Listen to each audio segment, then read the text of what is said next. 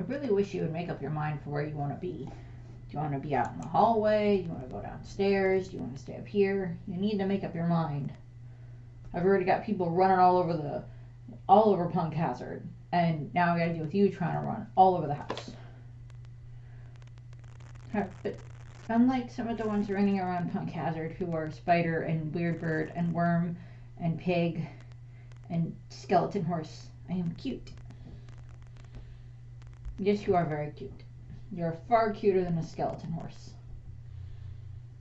She's like, I hear noise outside the room. Yay, One Piece is back. At the very least, the chapters are back. For now. And we're not supposed to have a break next week, so we should get, more fun that way.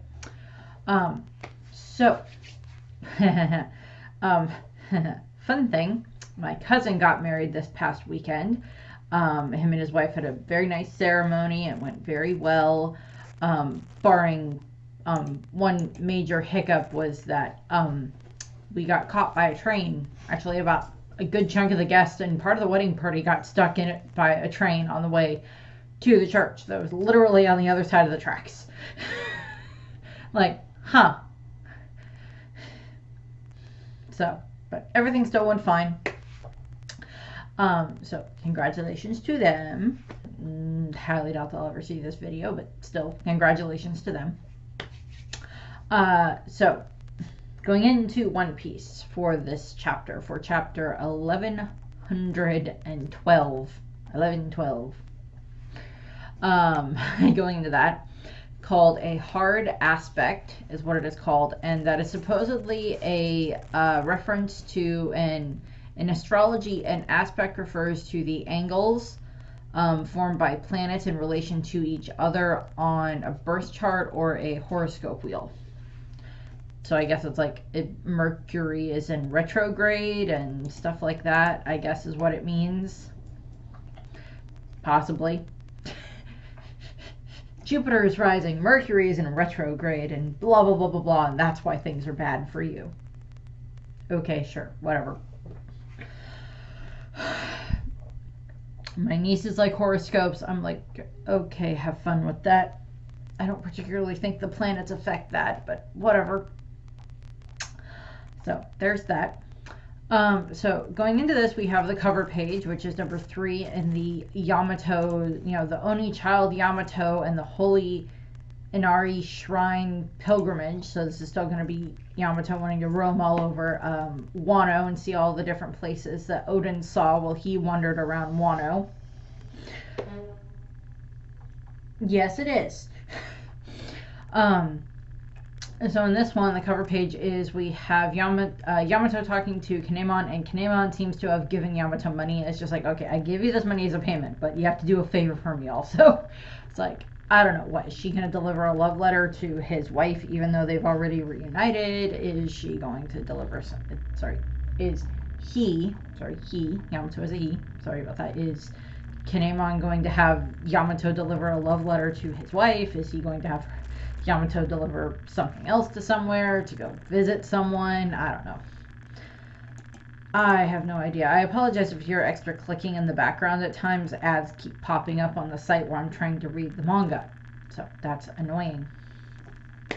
Going into the actual manga, we return to basically where we left off with the Marines pelting the island with cannonballs in regards to trying to destroy the Pacifista. We also get an update that all the Mark III Pacifistas seem to have become incapacitated, and that they don't want anyone to let up firing on the island while they're incapacitated, so that way they can keep causing damage to the island and continue the Buster Call.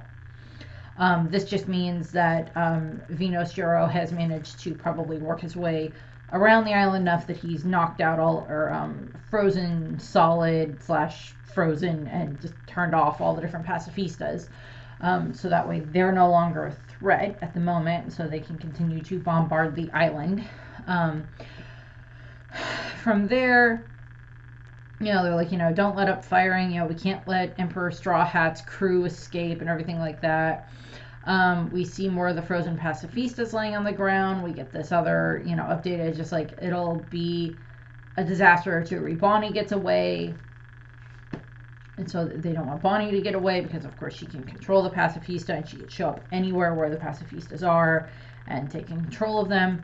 I know that there's still the theory that, like, well, that probably still applies to, like, Esper, but maybe not to the rest of the Seraphim. So Esper may follow her commands, but the rest of them may not. I don't know. We'll still have to find out how that goes. From there, we see this cool shot of Venus Juro still in his hybrid skeleton horse form, running around. And causing more damage. He's like, she is no more than a little 12-year-old girl. I was trying to remember if there are any 12-year-old girls in my family right now. And I'm just like, I don't think so. My nieces are past 12. My nephew's past 12. All my cousins are past 12. Maybe in the second cousin range. I don't know. Maybe.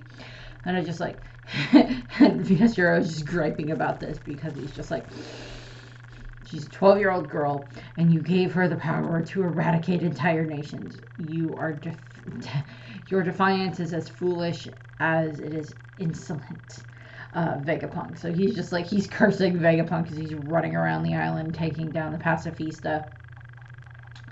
And I mean, by a technicality, I mean, yeah, probably putting the hands of a destructive force into the hands of a 12-year-old girl would normally not be the best idea in the world, considering how emotionally unstable sometimes 12-year-olds can be.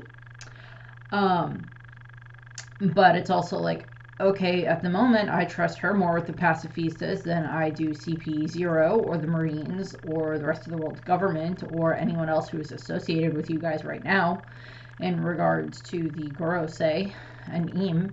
Trust a 12-year-old girl far more than I trust any of you. And we see Oimo and Kashi running, and they seem to be trying to make their way back to the ship because they're like, let's hurry back to the ship. Yeah, some scary-looking guys just arrived. So I'm assuming that's supposed to mean the Marines that arrived there, the Vice Admirals that arrived there, Ponsky and Guillotine, and Red King, who we'll get to in a minute or so. I'm referring to them. We see more damage being done to the island of the, buildings just getting destroyed. More of the Marines shouting, in regards to the Giants, stop them from setting sail, target the ship from Elbath and sink it, get to the northeast coast on the double and everything like that. And then we have this double page spread where we have Franky jumping up and using his strong right on Red King, which, yeah, Red King has like this bionic arm, mechanical arm type of thing. I guess it might be similar to like the arm that like Zed had in Film Z, possibly.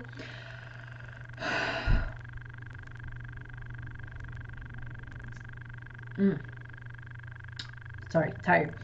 Kind of seems to be a similar arm to that, but I'm not sure if it's just enhanced or if it actually like is a prosthetic arm. I don't know. It could be something Vegapunk designed. If anything, it loses to Franky's strong right because he just punches right through it and punches Red King, and Red King seems to be down for the count.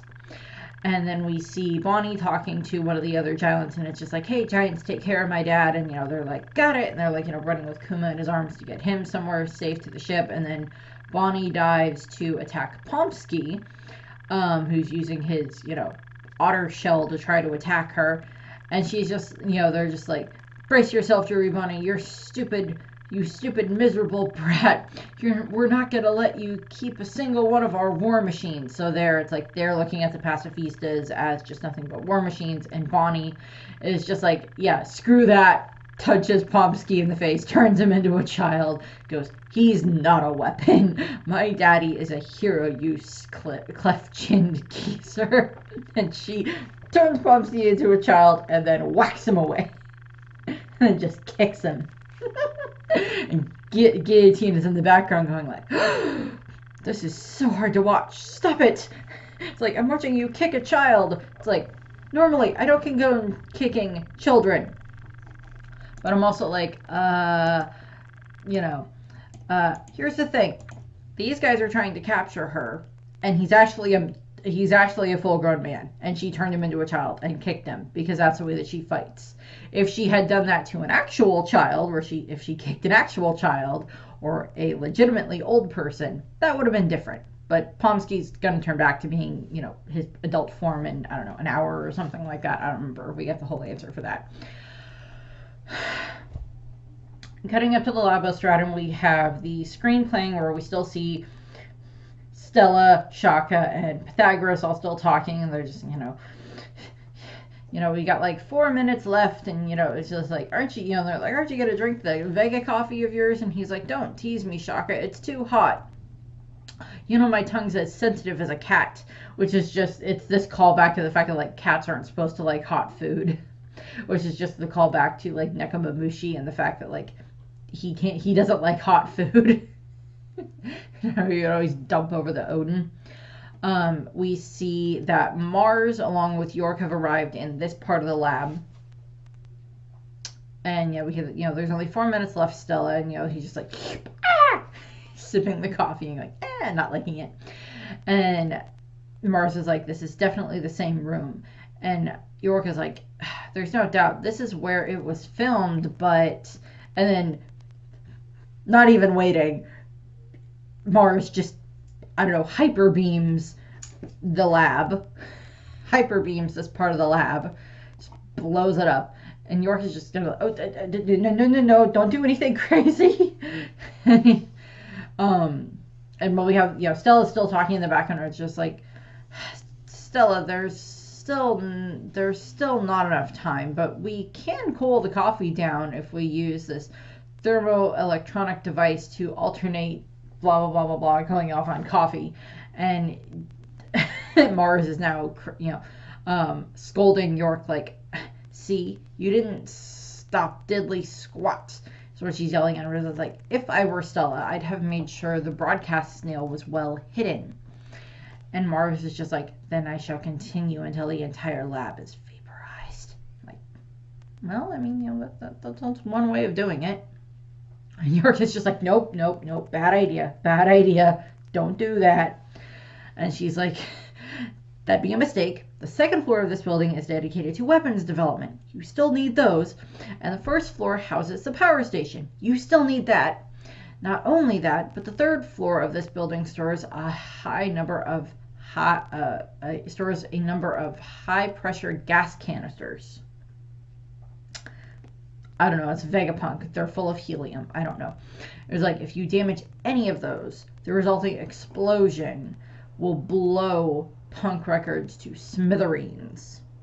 And we do know that the Gorosei still want to try to have Punk Records because it has all this information that they can use. Plus, it means that York can access it. So they still want to hold on to that. And of course, they want the weapons because that gives them weapons. They need the power station because that's where they can get the power that they need for the mother flame, whatever you want to call it, where they can get the energy for that. So there's all of that. And Mars is just like, then think of a solution. You satellites all share an identical thought process, correct? And York, who now appears to have a bazooka, just like, of course I know exactly how to stop this. Besides, we don't want to rack up any more sins. It's like, our relationship is already troubled enough. I'm like, and even Mars even has like the question mark of like, what do you mean by sins? Type of a thing is like question mark. I'm just like, what does York mean by sins anyway? I'm like, are you referring to the fact that you've betrayed the rest of the Vegapunks? Because you have, and you've gotten 2 of them killed in regards to Shaka and Pythagoras, and you have kind of led to, definitely led to the Stella being killed. And, I'm like, what other sins are you referring to? I'm like, I'm pretty sure you've racked up plenty of them already, and the others are definitely not going to forgive you at this point in time, no matter what happens. So, yeah. And, then again, it could also be the question mark may not be him thinking about, like, what do you mean by sins? It's him sensing as he says, I sense a voice of a small life form above. And she's like, you mean from Punk Records? And she's like, don't tell me he hid the snail there. And she does this description of this new type of snail that they developed. And it's like, it'll be one of the broadcast snails we recently finished developing. They're shaped like this, so triangle shaped, and with a sort of triangular shell. So this pretty much just seems to be referring back to the very similar transponder snails that we saw in the film Red with Uta, and that we saw in one of the music videos that she did, where she uses the snails to, of course, broadcast her music all over the world and everything like that, because it's a transponder snail that can transmit to almost any type of snail. And that ties into film Red, and very similar to like Uta trying to spread her message around the world, and now Vegapunk is trying to use a similar setup in this regard to send his message around the world. And Mars is just like, okay, where is the entrance? And he flies up. I don't know if that means that he has York like writing on him, although I think he would probably find that rather insulting to have York, who they just see as someone that is just a tool at this point in time, writing on him. But he needs her to be able to get to the information that he needs. Stussy is watching as this is happening from the little lab area that her and Kaku are still in. Kaku is still in his bubble, and she's just like, what a relief, it's gone. Guess it wasn't interested in us. And she's like, the feeling is mutual. Or Kaku's like, the feeling is mutual. And he's just like, what in the blue blazes was that monster? And Stussy is just standing there, and she's like, going off on what we overheard, I think it's one of the 5 elders. I'm like, I like the fact that she's just like, yeah, probably one of them, given all the other information that we've gotten. It's probably an elder. It's like, she's not fazed by that at all. And Kaku is just like, go figure. What a repulsive transformation. So yay, we're finally getting updates on Kaku and Stussy in this chapter. So I'm like, yay, they're back. And Stussy seems to have been bandaged up around her stomach. We've seen that she is still wounded, but it's bandaged up and everything. And she's not 100% steady, because we still see that she's like slightly shaking at times in regards to that. So she's still kind of slightly shaking. But Kaku is trying to talk to her, and he's just like he's just lounging in the bubble right now. It's like he can't go anywhere. He's still stuck in the bubble. So far, Lucci's wish of having his giraffe friends spared is going somewhat okay. He's just like, so why are you still here? Did your new pals leave you high and dry? I'd be downright heartbroken if it weren't for your own recent double cross. It's like, you mean the part where she bit you in the neck and knocked you out? And she's just like, yeah, I decided to stay of my own volition. Someone needed to be here to carry out this final mission, which I think was something that, I know that was something that I said, I'm sure other people said it as well, where it's just like, we never saw Stussy being loaded onto the Thousand Sunny the same way that we saw Robin on like her hospital bed. And Stussy is still by one of the control panels inside of this part of the lab, part of the control room. And I know I mentioned something about it where it's just like, I definitely sure I mentioned something about like Stussy staying behind because they need someone that can lower the dome when it's time for the Thousand Sunny to leave. And she's the one that's going to stay behind to do that. Unfortunately, that means that either she will end up getting killed from the rest of the resulting Buster Call, or get killed by one of the Gorosei, or be captured and then, have information try to be taken out of her. Kaku can probably get by with, possibly, given if they survive this, can play off the fact of, I was trapped in a bubble this whole time. They put me in here because they saw me as a threat. Same thing with Lucci. So I didn't betray you, type of a thing. And I'm like, I really wanted Kaku at the very least, to, I don't know, maybe not 100% change sides, but at least be like, okay, I'm not going to work with the world government anymore. They have tried to kill me way too many times. I don't know. Maybe, I don't know. Maybe Kaku would be like the linchpin for Lucci just finally snapping.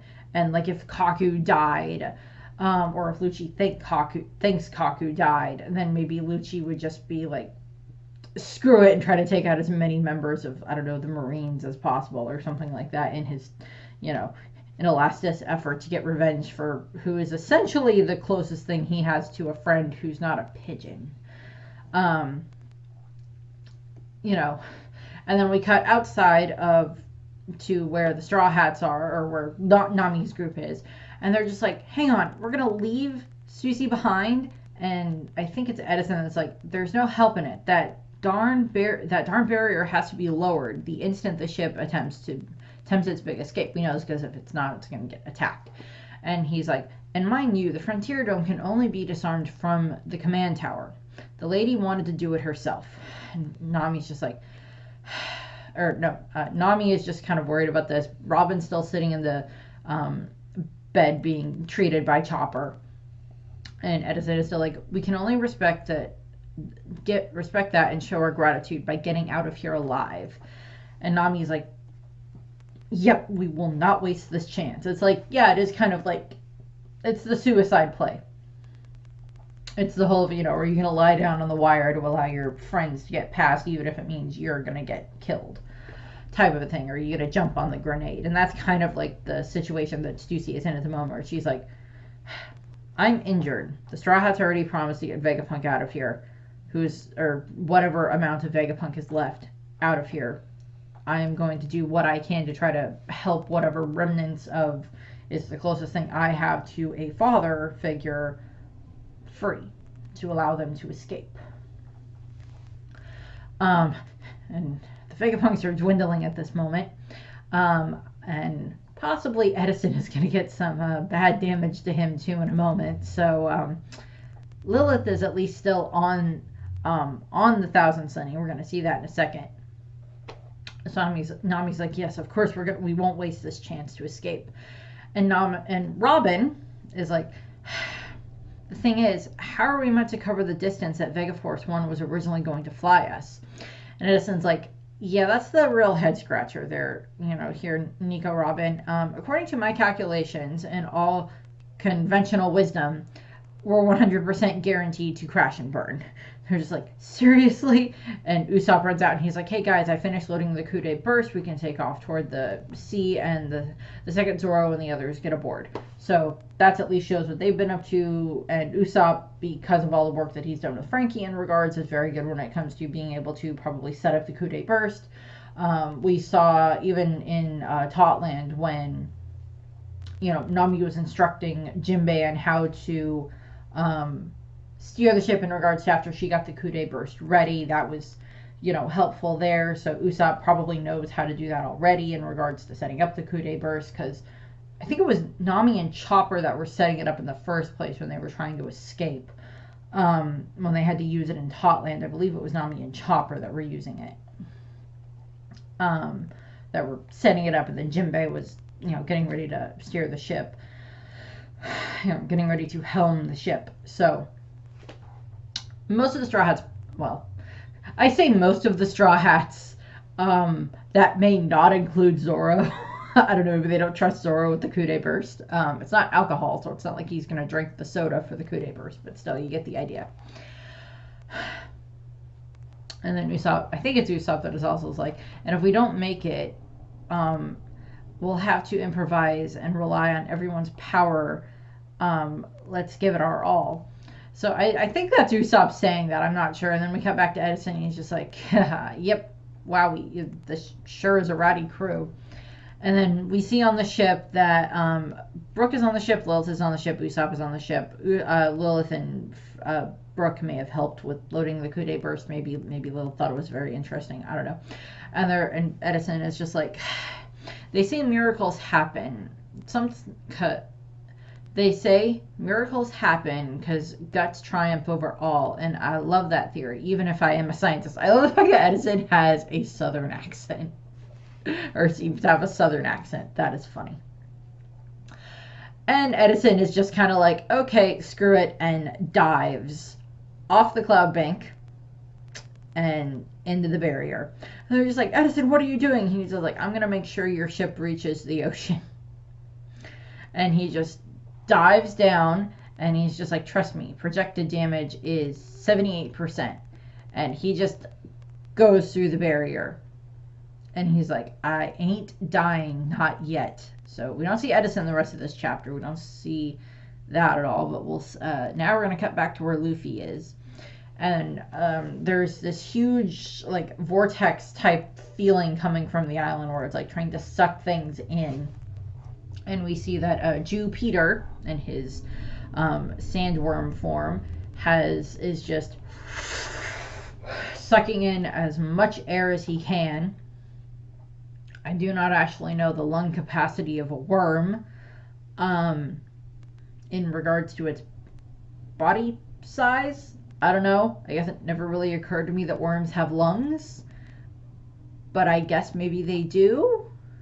I don't know. That's not really anything that I've particularly considered in the past. I don't know. That's not particularly something that I'm like, yes, the anatomy of a worm. I'm like, it's a worm. I either want it for a fish or I don't want it near me. Take your pick. But it's sucking in, we see it probably sucking in debris and stuff like that. And Dorian, Broggy, and Luffy are trying to get away from it, and it's probably like that running in place type of a concept that we'll probably see when this gets animated, of like, yep, trying to move forward and getting pulled back, trying to move forward, getting pulled back type of a thing that happens. And they're just like, what power? It's sucking us in. And they're just like, we're not getting anywhere. And Luffy is just like, fine. And he's like, darn it. If you're so hungry, and he kicks a building that is like barely hanging on, kicks a building, and it's just like, try chewing on this building, and the building just right into Jupiter's face, which is funny. And it's like we actually see like the outline of the building on the back of his head, which is just kind of funny.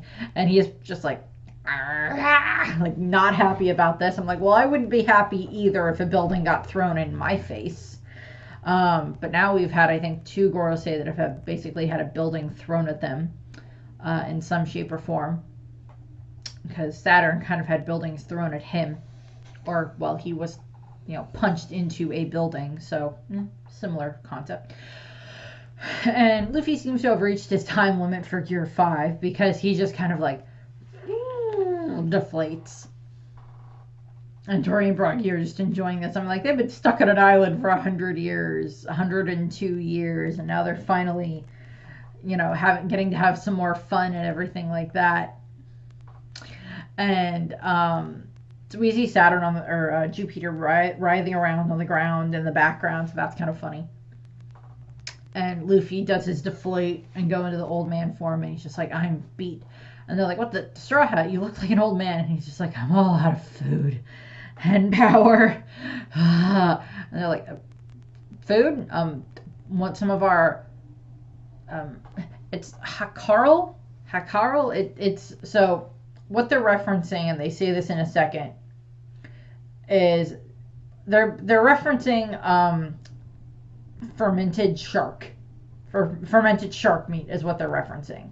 And I know that in a lot of Icelandic countries and stuff like that, and northern countries in that regard, that they have a lot of fermented fish on their menus. And shark, to a degree, is a delicacy there. I also looked this up. It's particularly the Greenland shark, which is a real shark. It's a shark that lives in cold water. It can hunt humans, but it tends to be, more go after smaller prey.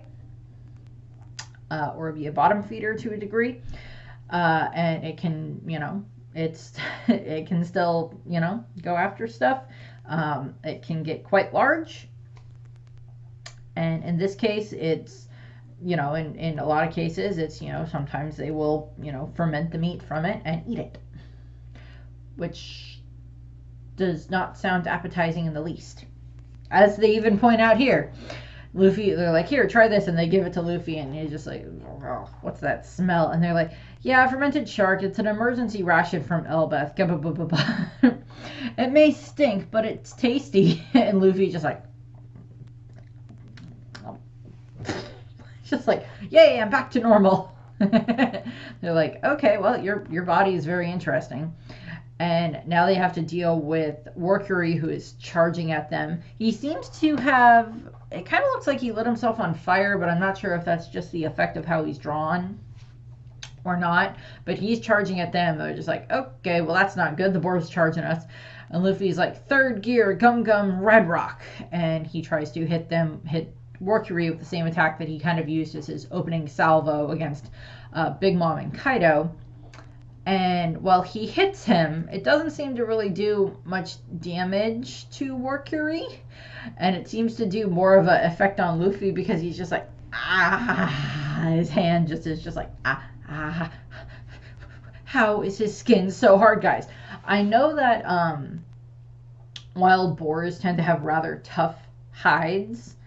And that might be a combination of what this is referencing, plus the type of, yokai that it's referencing, plus the fact that he probably is using Haki to reinforce his skin, which would make sense. At this point in time, it's just like, just assume most people are using Haki to try to reinforce their body, so they're going to receive less damage. Just seems like a rather reasonable concept to have.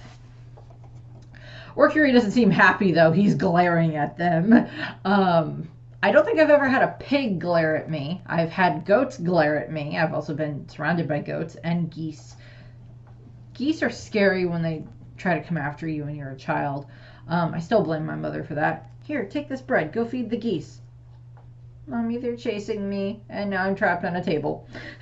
Thankfully, my dad came and saved me.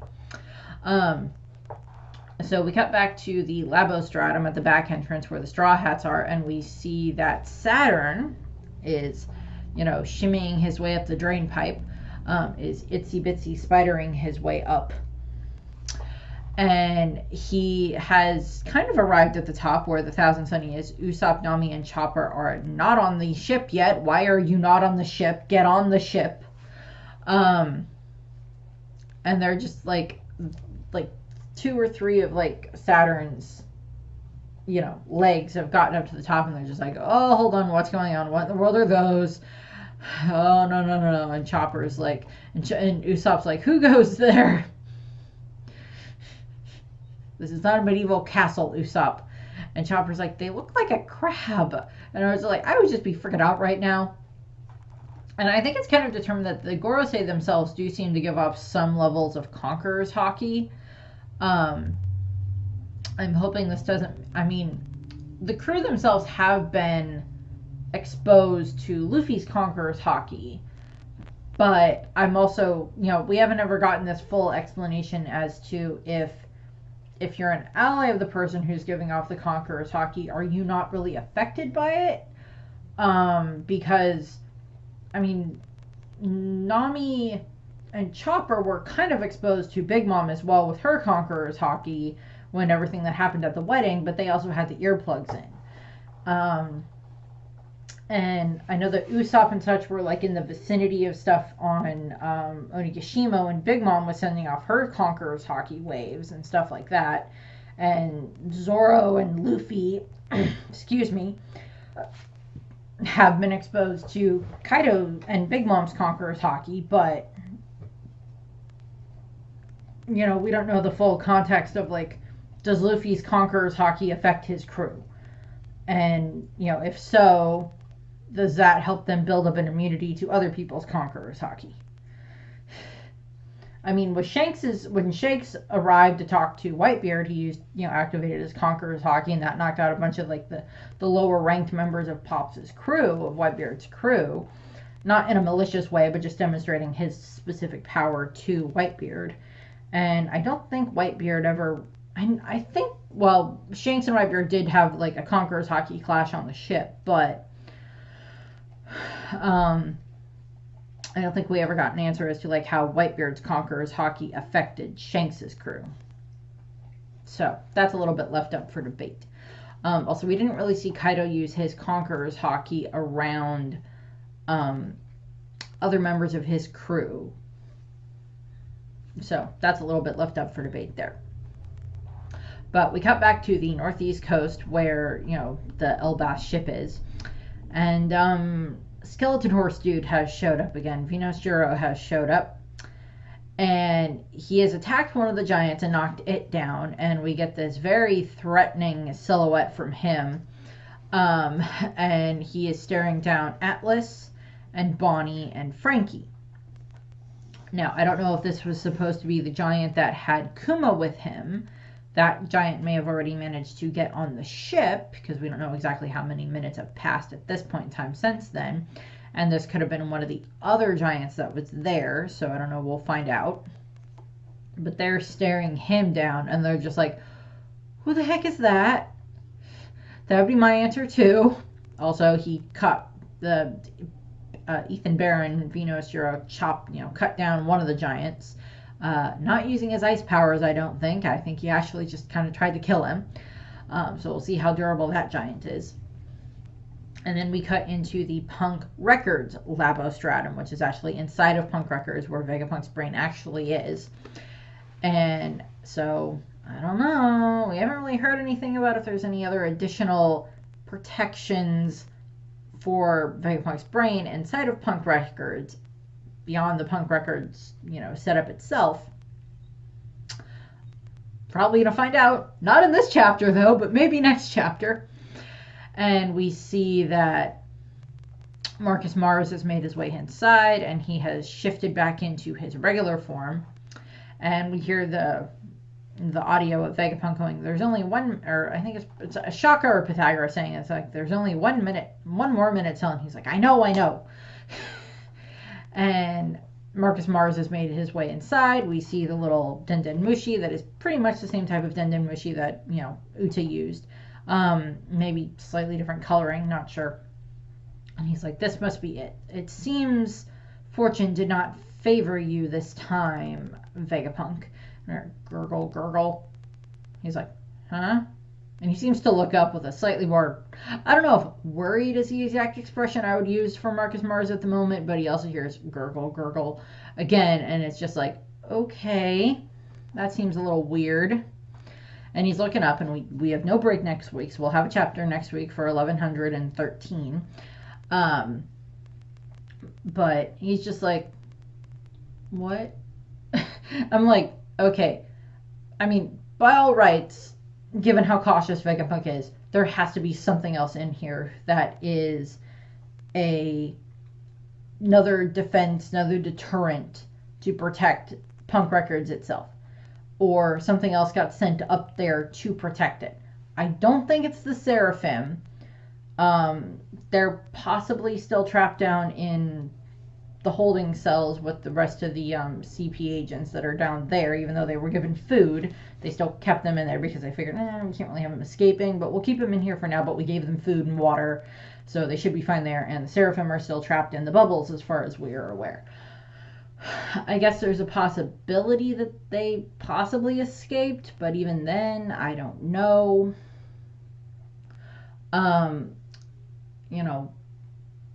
Don't know exactly how that, command structure order is going to get adjusted at this point in time. But, I mean, I would assume there's something else in here that might be useful to, trying to protect, Vegapunk's brain. That just seems to make sense. Whether or not it's something that York knew about could be a bit left up for debate. I mean, I guess it's possible that Vegapunk sent this up and it is designed to be there, and then I would say maybe he erased the data from his memory banks so the others don't know about it, or it was something that he never uploaded into the memory banks itself, so they don't know that it's there to begin with, so York couldn't have warned Mars or couldn't have warned the rest of the Gorosei about it. Then again, also the gurgle gurgle sound could also just be like, I don't know, Vegapunk's brain in a giant vat of something to help keep it safe. I don't know. That's a possibility. I don't know. We'll have to wait and see what other people think, but that's just kind of my thought. It's like, okay, it's either, or it could be a combination of the two. It's a giant vat to protect the brain, protect Vegapunk's brain, and then there's something else there that is, you know, there to also help protect it beyond just preserving it and giving it a safe place to be. That could be a machine that's designed, or it could be another organic life form that is designed to be up there, and that Vegapunk, that the Stella is the only one that knows it's there, and that he never uploaded that information to the server just to be on the safe side. Because I don't see why there would be reason for the rest of the Vegapunks necessarily to go up there. Maybe. Like, they probably all know where the entrance is, but I don't think that means they would have a reason to go up there in the first place. But, I don't know. That's what I have here. Glad this came out early enough in the day that I could get this hopefully up by a reasonable time. The other thing I believe is that I thought I had heard something that this chapter was, like, the official chapter will come out on, like, the 22nd, but I don't think that's correct, because today's the 19th, and then the 22nd wouldn't be until Monday, and the Shonen Jumps are usually released on Sunday. So if it was on the 22nd, that would have been fun, because that's my birthday. But since, you know, I'm doing the review now, but yay, One Piece is back. So, early birthday present for me. So that's what I have. I thank you for watching. I hope you enjoyed the video, and I hope you have a nice rest of your day. Bye.